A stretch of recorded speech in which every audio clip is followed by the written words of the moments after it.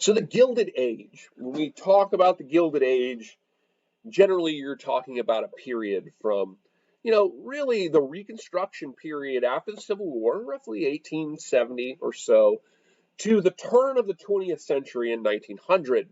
And it's a period of time that is really associated with a robust growth in industrial economics in the United States. The building of factories like this um, steel factory in Ohio, as is depicted in this drawing here, or oil, the, the development of the oil industry. This here is an oil field in Los Angeles, actually, which during the Gilded Age became a very significant, and in the early 20th century, became a very significant place for the drilling of oil.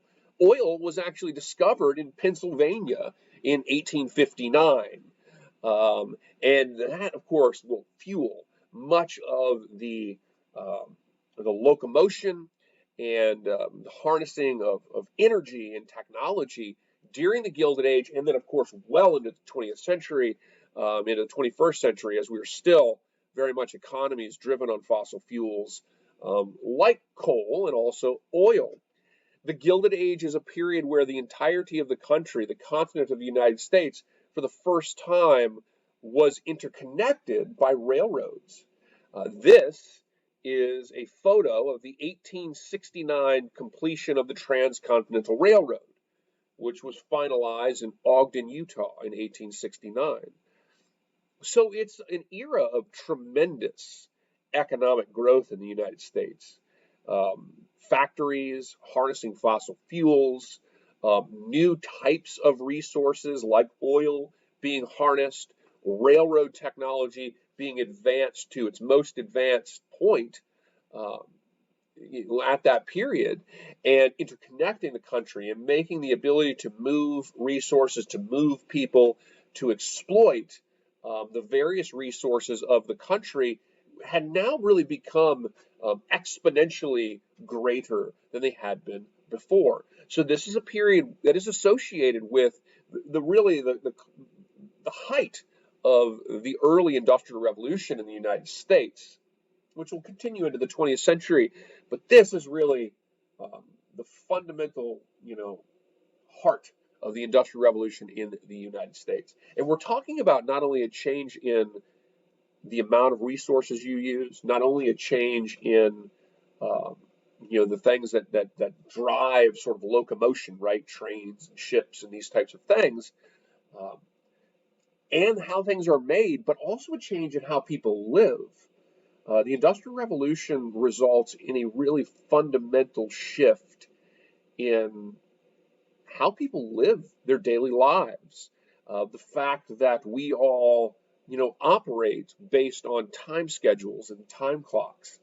That's all a product of the Industrial Revolution because large business organizations like this resulted in a more highly organized method of keeping work hours, business hours, and so forth. Whereas before the Industrial Revolution, where there's no electric light um, or anything like this, you had an agrarian society, and people tended to live and work in and around their homes largely, and that work tended to be driven to a large degree by the seasons and by the rising and setting of the sun. So it really fundamentally changes how people live too. And of course, if you became a factory worker working in a place like this, you will see a fundamental change in the type of work that you're doing too. Oftentimes, the type of work a worker's doing in a factory during the Industrial Revolution is more dangerous. The hours are longer, but the work is also more mundane. You're working with machines that don't require skilled labor to operate.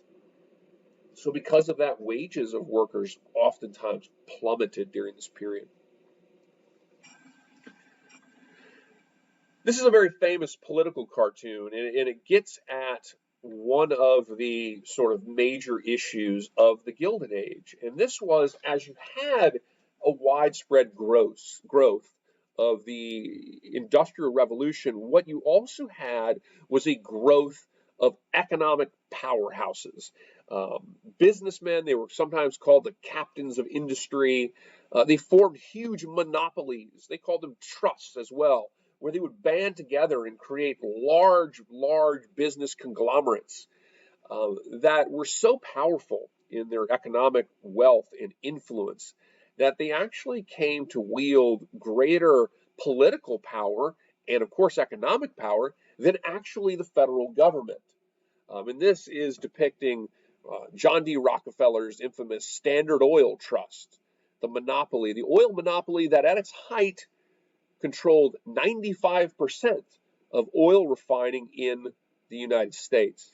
And depicted here, you see the tentacles of the Standard Oil monopoly wrapping around the Capitol building, wrapping around the various entities of governance in the United States. And that really speaks to the extent to which monopolies, these powerful corporations, really influenced the government. In many cases, were able to control the government to a large degree.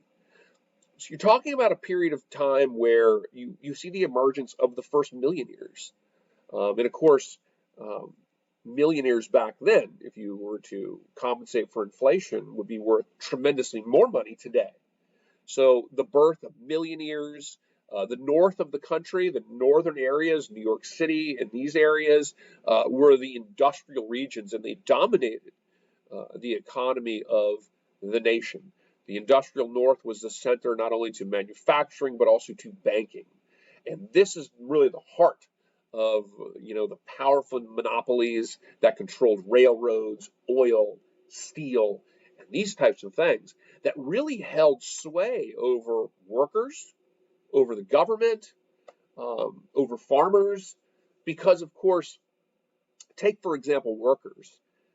If you were a blacksmith before the Industrial Revolution, a blacksmith had hard work and it might take a long time, but it was a highly skilled job. You can't just walk into a shop and decide to become a blacksmith. It's something you're trained in the art of crafting metal, right? You're trained. It's a hands-on job you're trained to do for years and years and years.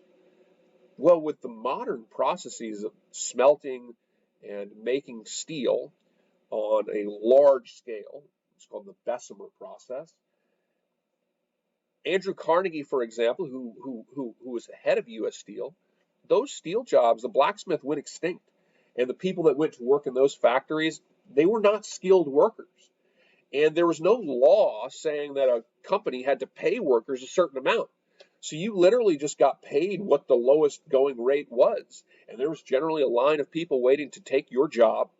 And if you had your hand cut off at the work, if you died at work, if you refused to work for better pay, they would just hire the next person in line. So it's a period where you have the first monopolies, the first millionaires, these dominant, massive corporate entities that really held sway over workers, farmers, and the government. They were the most powerful entities and corporations in the country's history, perhaps until today, in the 21st century.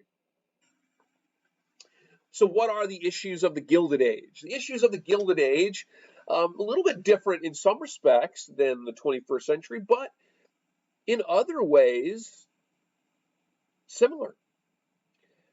The issues of the Gilded Age are things like, okay, there's economic issues. Of course, there's economic issues in the 21st century.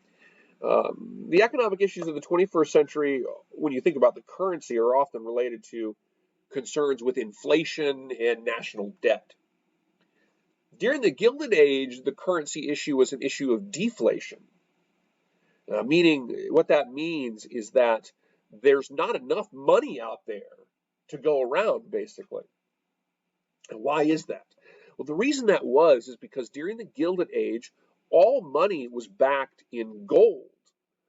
And sometimes you'll hear in the 21st century, you'll hear, somebody out there in the internet land or something say all our money should be backed in gold, and that it's bad that we don't have a currency backed in gold. But the problem when you have money backed in a precious metal, Or, for example, today with like Bitcoin, for example, the Bitcoin currency, there's only so much out there that can be, if you will, electronically mined, I think is what they call it. But there's only so much. There's not an unending supply of Bitcoin, just like there's not an unending supply of gold. So the amount of currency you have, if you have a currency that is limited by what's out there, the amount of currency you have is how much gold there is. And if there's not enough gold out there for the, 100 million people that lived in the United States, then there's not enough money to go around. And if you're not a monopolist or a banker that controls it all, then the economy is really not going to work well for you. During the COVID situation, during the pandemic, and before that, during the 2008 recession, the stimulus packages are not possible when you have a currency that is limited by whether it's gold or whether it's the amount of Bitcoin that can be mined, for example, because those stimulus packages are based on inflationary spending. You are putting money into the market basically to help encourage people to buy, but the ability to inflate the currency doesn't exist if it's based on a hard. So during the Gilded Age, currency is an issue, but it's actually an issue of deflation. During this period, there was a depression every 20 years. There was a depression in 1873. We talked about, when we looked at Reconstruction, we talked about how the depression of 1873 actually was one of the factors that led to a demise of Reconstruction, because increasingly politicians wanted to move away from the ideas of equality and these lofty principles of Reconstruction and move towards getting the economy straight. There's a massive depression in 1893. These are the issues of the Gilded Age. Monopolies, as I mentioned in the last slide, monopolies, trusts that are more powerful than the federal government. The issue of the tariff was a huge issue. During the Gilded Age, a tariff is a tax on incoming goods, imported goods. And they're not necessarily good or bad necessarily, but they can be bad for the economy of the country, because if they're really high, as they were during the Gilded Age, then those monopolies don't have to compete with anybody, and then they can charge whatever they want. They don't have to actually compete in a true capitalist economic system. There were environmental issues, mass deforestation, mining, pollution of water, air pollution in cities were all major issues during the Gilded Age. Political corruption was a major issue at this time. We're going to talk more about that in a little bit. One of arguably the biggest issue was wealth inequality, poverty, and working conditions. If you look at these numbers here, consider this. The top 1%, the wealthiest 1% of Americans owned 51% of the wealth of the country. So 1% owned more than half of the wealth of the country.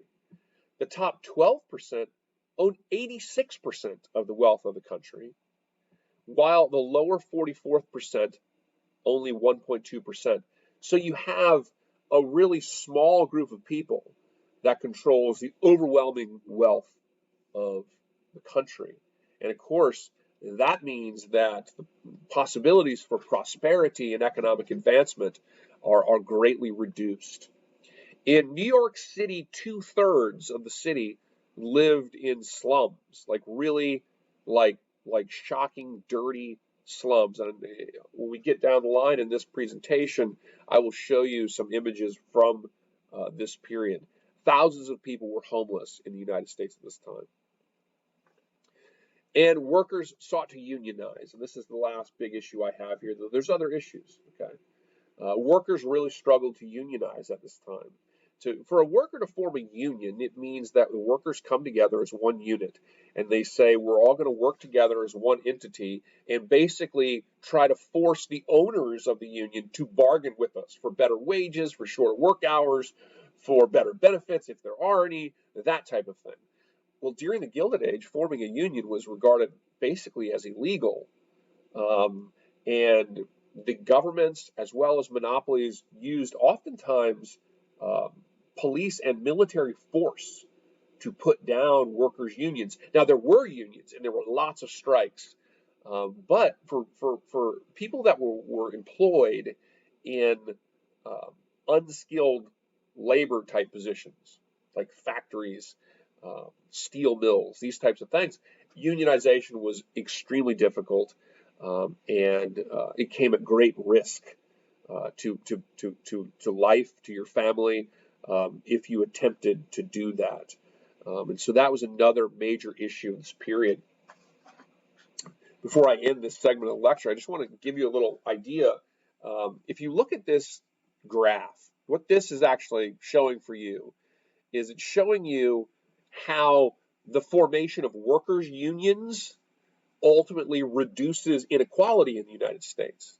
So the black line here, the dark solid line, is the amount of people unionized. You got the date down here, okay?